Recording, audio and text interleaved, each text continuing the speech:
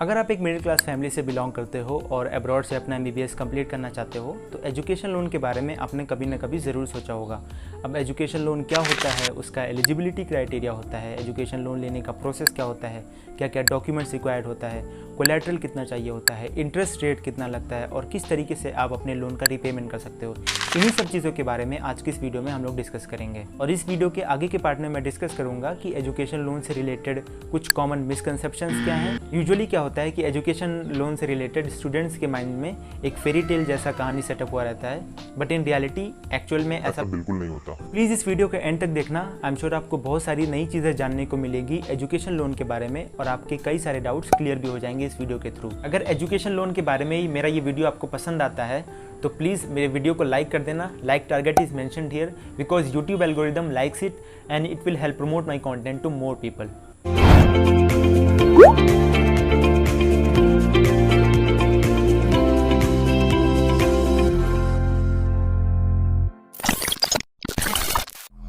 So hello everyone, welcome back to my channel.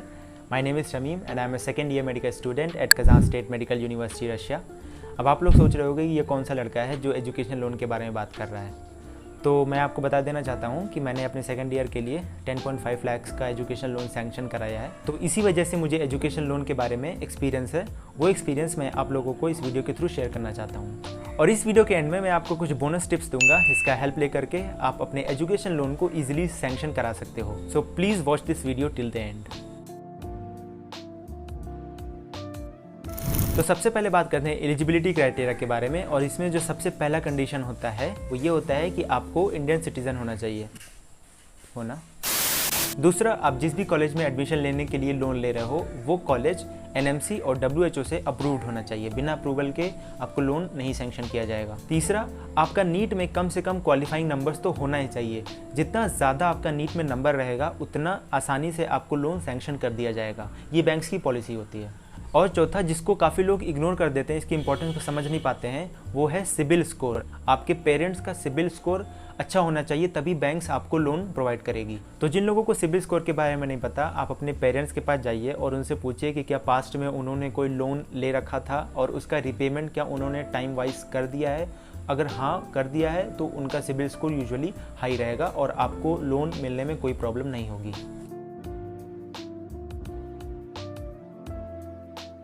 अब बात करते हैं कि एजुकेशन लोन को सैंक्शन कराने के लिए किन किन डॉक्यूमेंट्स की ज़रूरत पड़ती है। तो उसके लिए दो टाइप के लोगों के डॉक्यूमेंट्स की ज़रूरत होती है, एप्लीकेंट और को एप्लीकेंट। को एप्लीकेंट यूजुअली आपके मम्मी या पापा होते हैं। तो एप्लीकेंट के डॉक्यूमेंट्स में आपको चाहिए आपकी 10th और 12th की मार्कशीट, आपका नीट का रिजल्ट, आपका पासपोर्ट कॉपी, पैन कार्ड, आधार कार्ड, वोटर ID कार्ड और कुछ पासपोर्ट साइज़ फ़ोटोज़। और सबसे ज़रूरी डॉक्यूमेंट कॉलेज का एडमिशन लेटर। और को एप्लीकेंट के डॉक्यूमेंट्स में आपको पैन कार्ड चाहिए, फॉर्म 16 चाहिए और इनकम प्रूफ चाहिए और कुछ पासपोर्ट साइज फोटोज चाहिए।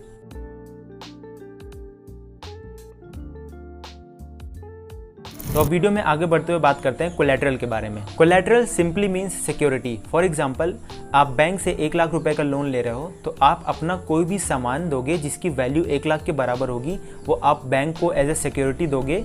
ये प्रॉमिस करोगे आप बैंक को कि मैं आपको लोन आपका रीपे कर दूंगा कंपाउंड इंटरेस्ट के साथ फ्यूचर में। तो बैंक्स यूजुअली क्या करते हैं, वो कोलैटरल एक्सेप्ट करते हैं लोन अमाउंट के 100% या 200% के रेंज के बीच में। वो अलग अलग बैंक्स में डिफर करता है। तो कोलैटरल आपको देना है या नहीं देना है वो इस बात पर भी डिपेंड करता है कि आप कितने अमाउंट का लोन के लिए अप्लाई कर रहे हो। फॉर एग्जाम्पल, अगर आप 4 लाख तक का लोन अप्लाई करते हो तो ना ही आपको कोई कोलैटरल देना होगा, ना ही आपका कोई को एप्लीकेंट या को बोरोवर होना चाहिए। तो अगर आप 4 से 7.5 लाख तक के लोन के लिए अप्लाई करते हो तो आपको कोलैटरल तो नहीं देना होगा, बट हाँ आपको को एप्लीकेंट या को बोरोवर आपको बैंक के सामने प्रेजेंट करना होगा। जैसे कि मैंने पहले आपको बोला, वो आपके मम्मी या पापा हो सकते हैं या किसी और को भी आप एज ए को एप्लीकेंट दिखा सकते हो बैंक को। और अगर आप 7.5 लाख से ज़्यादा का लोन ले रहे हो तो आपको कोलैटरल देना होगा जिसकी वैल्यू रेंज करेगी आपके लोन अमाउंट से 100% से 200% के बीच में। अब आप पूछोगे कि किन किन टाइप्स के कोलैटरल एक्सेप्टेड हैं, बिकॉज एजुकेशन लोन तो लोन होता है, आईफोन तो होता नहीं है कि किडनी बेची और मिल गया। तो कोलैटरल में आपका कोई एफडी है या कोई इंश्योरेंस पॉलिसी है, एलआईसी वगैरह का कोई हेल्थ इंश्योरेंस पॉलिसी है, उसको आप एज अ कोलैटरल दे सकते हो। कोई आपका म्यूचुअल फंड में एक बड़ा इन्वेस्टमेंट है या एसआईपी है, उसको आप एज अ कोलैटरल दे सकते हो। गोल्ड ज्वेलरी भी एक्सेप्टेड है। आपके पास अगर कोई कमर्शियल बिल्डिंग है या अपना घर रेसिडेंशियल बिल्डिंग है, उसको भी आप एज अ कोलैटरल दे सकते हो। अब कोलैटरल में यूजुअली जो लोगों को डाउट ये रहता है वो ये कि क्या हम अपने सिर्फ मम्मी या पापा की ही प्रॉपर्टी को कोलैटरल रख सकते हैं, अगर कोई हमारा फूफा ताई हो क्या उनकी प्रॉपर्टी को रख सकते हैं? तो बिल्कुल उनकी प्रॉपर्टी को रख सकते हैं। वो आप बैंक के बाहर अपना मामला निपटाइए, बैंक को बस कोलैटरल से मतलब है, वो किसी का भी हो। अब बात करते हैं कि किस टाइप की चीज़ें कोलैटरल में एक्सेप्टेड नहीं है। अगर आपके पास कोई एग्रीकल्चरल लैंड है जिसपे फार्मिंग होती है या कोई बैरन लैंड जिसपे कोई बिल्डिंग नहीं बनी हुई है, तो बैंक उसको एज ए कोलैटरल नहीं एक्सेप्ट करता है।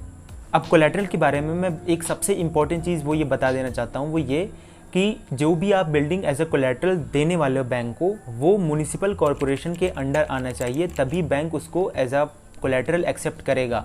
लाइक अगर आपके गांव में भी अगर कोई घर है आपका, उसको आप एज अ कोलैटरल नहीं दे सकते जब तक कि वो गांव म्युनिसिपल कॉरपोरेशन के अंडर नहीं आता हो।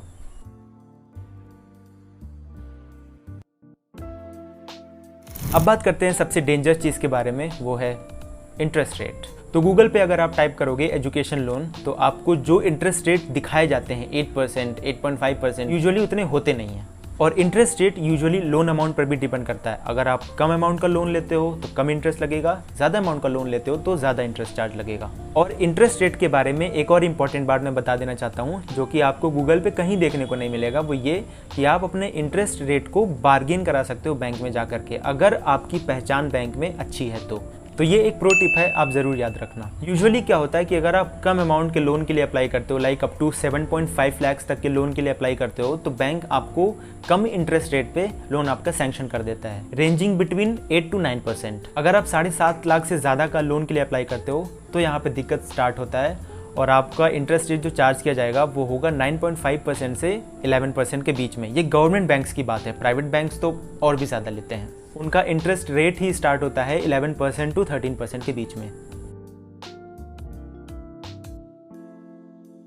तो अभी तक आपने एजुकेशन लोन सैंक्शन करा लिया है बैंक से, अब आती है बारी रिपेमेंट के बारे में जानने की। एजुकेशन लोन ही एक ऐसा लोन है जिसका ईएमआई लोन लेने के तुरंत बाद नहीं स्टार्ट होता है। एजुकेशन लोन पे आपको ईएमआई तभी देना होगा जब आपका कोर्स पीरियड कंप्लीट हो जाएगा, प्लस आपको बैंक 1 साल का मोरेटोरियम पीरियड देगा, जिसमें अलाउ किया जाता है कि आप जॉब सर्च कर सको अपने लिए।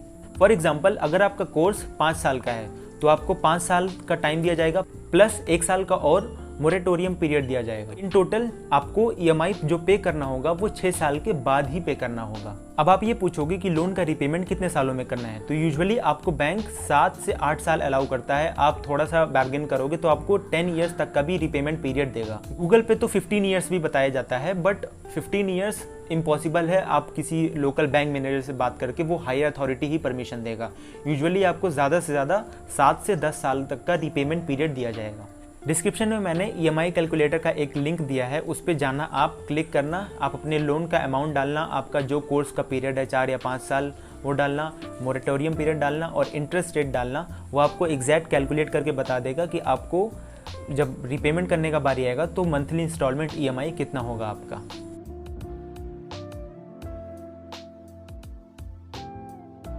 तो अब बात करते हैं कुछ कॉमन मिसकंसेप्शन के बारे में जो कि स्टूडेंट्स के माइंड में होता है। तो सबसे पहला मिसकंसेप्शन ये होता है कि स्टूडेंट सोचते हैं कि हम फर्स्ट ईयर में ही अपना लोन सैंक्शन करा लेंगे, इजीली सैंक्शन हो जाएगा एंड देन मस्ती करेंगे, ईएमआई कम देना होगा। भाई बिल्कुल ऐसा नहीं होता है। आप अगर आप 10 लाख का भी लोन लेते हो तो आपको 20 लाख तक भी रिपेमेंट करना पड़ता है। तो आप समझ लो कि आपका मंथली ईएमआई कितना पड़ेगा। उसका जो ईएमआई आएगा वो कम से कम 25,000 पर मंथ का आएगा। तो अगर आप सोच लो आप कि आप 25,000 रुपये पर मंथ देने के लिए रेडी हो कि नहीं। अब मैं आपको कुछ बोनस टिप्स देना चाहूँगा जो आपको एजुकेशन लोन लेने में हेल्प करेगा। सबसे पहला, लोन के लिए आप गवर्नमेंट बैंक में ही अप्रोच करो, प्राइवेट बैंक में अप्रोच नहीं करो, बिकॉज उनके प्राइवेट बैंक के इंटरेस्ट रेट बहुत ज़्यादा होते हैं।